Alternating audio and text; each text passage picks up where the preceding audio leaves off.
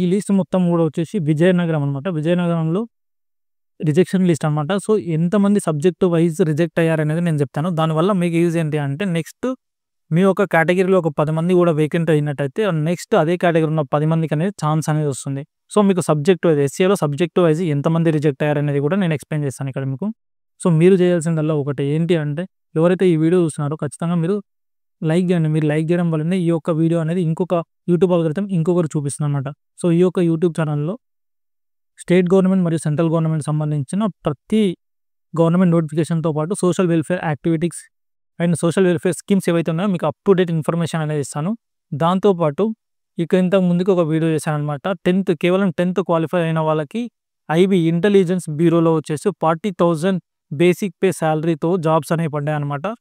మీకు ఆ వీడియో కూడా చేశాను. దాంతోపాటు ఎల్ఐసిలో పడ్డాయి. దాంతోపాటు ఆంధ్రప్రదేశ్ యొక్క సెక్రటేరియట్‌లో జాబ్‌లు పడ్డాయి. దాంతో పాటు వచ్చేసి కౌశల్య స్కీమ్‌లో వర్క్ ఫ్రమ్ హోమ్ ఏదైతే ఆపర్చునిటీ అనేది ఇచ్చారో సో, దాని గురించి కూడా ఎక్స్‌ప్లెయిన్ చేశాను. ఇలా స్టేట్ గవర్నమెంట్ ఆంధ్రప్రదేశ్‌లో పడ్డ ప్రతి నోటిఫికేషన్‌ని మీ ముందుకు తీసుకొచ్చాననమాట. సో, ఎవరైతే చూడలేదంటే ఒకసారి థంబ్‌నెయిల్స్ చూడండి. ఆ థంబ్‌నెయిల్స్ చూసినప్పుడే మీకు అర్థమవుతుంది. మీకు అవసరం ఉంటే వీడియో మొత్తం వెళ్లి చూడండి. లేదంటే మీకు అవసరం ఉన్న వీడియో చూడండి. కానీ ప్రతి జాబ్ నోటిఫికేషన్ గురించి అయితే వీడియో చేశాను. సో, అందులో వచ్చేసి సెక్రటేరియట్ ఏపీ సెక్రటేరియట్‌లో పడ్డ జాబ్‌లు ఒకసారి చూడండి. దాంతో పాటు ఇక్కడ చూడండి మీకు వచ్చేసి ఇది మొత్తం కూడా రిజెక్టెడ్ లిస్ట్. ఈ రిజెక్టెడ్ లిస్ట్‌లో మీకు ఇక్కడ పెట్టాను చూడండి. మీకు రిజెక్షన్స్ అనేవి ఇక్కడ మీకు ఎందుకు రిజెక్ట్ అయ్యారు అని చెప్పేసి మీకు ఇక్కడ రీజన్స్ మాత్రం ఒకసారి చూపిస్తాను. ఎందుకంటే నెక్స్ట్ మీరు వెళ్ళేటప్పుడు ఆ తప్పు చేయకూడదు అని చెప్పేసి ఈ రీజన్స్ అనేవి మీకు చెప్తున్నాను అనమాట. ఇక్కడ not qualified for English proficiency, eligible for SA biological science only, eligible only SA biological science, certificate not produce, not TGT not eligible, individual expired అంట. Okay, not qualified English job కొట్టి English proficiency qualify కాని వాళ్ళు చాలా మంది ఉన్నారు. ఇక్కడ చూడండి, as per the instructions of DEO candidate is ineligible as the candidate completed her studies in regular mode while the candidate is working in KGBV and ఎల్కోటా. ఇది చూడండి, ఒక పక్క చదువుకుంటూ రెగ్యులర్ మోడ్లో కంప్లీట్ చేశాడని చెప్పేసి ఇక్కడ ఇన్ఎలిజిబుల్గా ప్రకటించారు. సో, ఇది ఎవరు కూడా ఎక్స్పెక్ట్ చేసే రీజన్ కాదు, ఇది అన్ఎక్స్పెక్టెడ్ రీజన్ అనమాట. సో, ఇలాంటి రీజన్స్ మీ దాంట్లో ఎవరికైనా ఉంటే కూడా సో, ఒకసారి జాగ్రత్త పడండి. ఇలా అన్ఎక్స్పెక్టెడ్ రీజన్స్ తోటి ఎవరైతే రిజెక్ట్ అయిన వాళ్ళు చాలామంది ఉన్నారు. దానివల్ల ఏంటంటే నెక్స్ట్ వాళ్ళకి ఛాన్స్ అనేది వస్తుంది.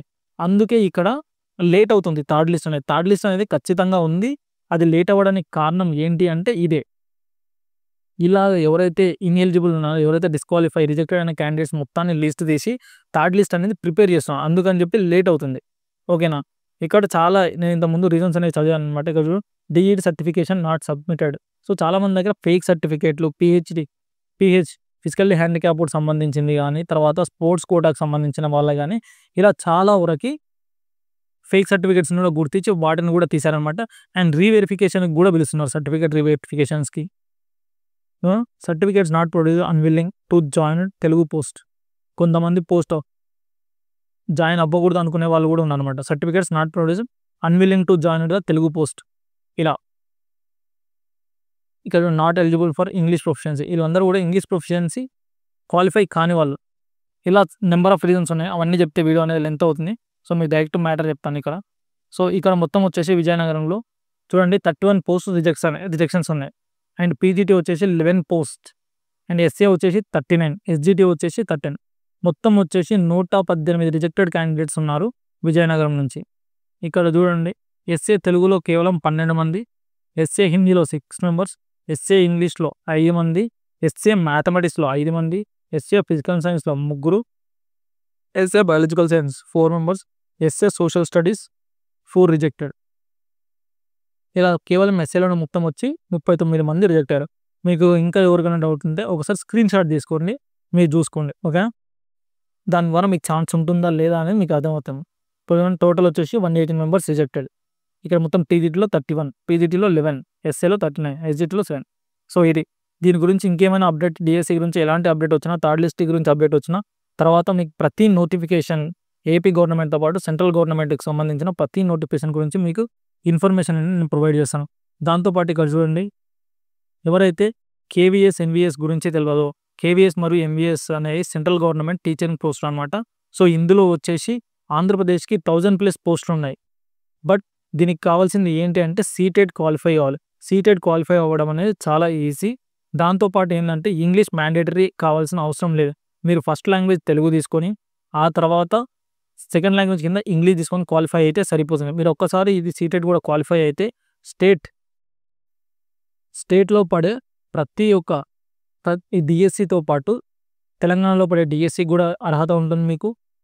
దాంతో పాటు వచ్చేసి సెంట్రల్ గవర్నమెంట్‌లో కేవీఎస్, ఎన్వీఎస్ ఆ ఉద్యోగ పోస్టులు, తర్వాత కాంట్రాక్ట్ బేస్ పోస్టులకు ఇలా నెంబర్ ఆఫ్ పోస్టులకన్నా మీరు ఎలిజిబుల్ అవుతారు. ఒక్క నోటిఫికేషన్ కొత్తది. ఎలా అంటే నెక్స్ట్ ఈ గవర్నమెంట్ అనేది అసంతృప్తితో ఉందన్నమాట. ఈ డీఎస్సీ క్యాండిడేట్స్ అందరూ కూడా ప్రభుత్వం పట్ల అసంతృప్తితో ఉన్నారు. ఈ డీఎస్సీ అనేది కరెక్ట్‌గా జరగలేదు అని చెప్పేసి. సో అసంతృప్తిని తొలగించడానికి ఖచ్చితంగా నెక్స్ట్ నోటిఫికేషన్ అనేది 26లో ఖచ్చితంగా ఉంటుంది. సో మీరు ఒక్కసారి సీటెట్ అనేది క్వాలిఫై అయితే ఒకే ప్రిపరేషన్‌లో మీరు కొంచెం స్లైట్ చేంజెస్ ఇన్ ప్రిపరేషన్స్ తోటి మీరు కేవీఎస్‌లో గానీ, ఎన్వీఎస్‌లో గానీ, డీఎస్సీ ఇన్ ఏపీ గానీ, డీఎస్సీ ఇన్ ఆంధ్రప్రదేశ్‌లో గానీ జాబ్ కొట్టే అవకాశం ఉంది. సో మీరు ఒకసారి ఈ వీడియో దీనికి సంబంధించిన పూర్తి డీటెయిల్స్ తోటి మీకు వీడియో చేశాననమాట. ఎవరైతే చూడలేదో వెళ్లి చూడండి, మీకు అవసరం ఉంది అనుకుంటే.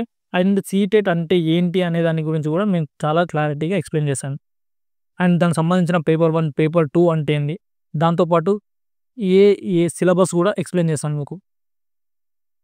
ఇంకొక ఇంపార్టెంట్ విషయం ఏంటి అంటే, సో ఎవరైతే ఇంతకుముందు 2009 తర్వాత కూడా ఎవరైతే ఎగ్జామ్ అంటే టెట్ రాయకుండా ఇప్పుడు టీచర్ కొలువులలో ఉన్నారో వాళ్ళు ఖచ్చితంగా టెట్ రాయాల్సిన అవసరం అనేది ఉంది. సుప్రీంకోర్టు జడ్జిమెంట్ అనేది ఇచ్చింది. దాని మీద కూడా ఒక వీడియో అనేది చేశాననమాట. సో ఇది ఇంకేమన్నా ఇన్ఫర్మేషన్ ఉన్నట్టయితే మీకు ఖచ్చితంగా నేను అప్డేట్ చేస్తాను.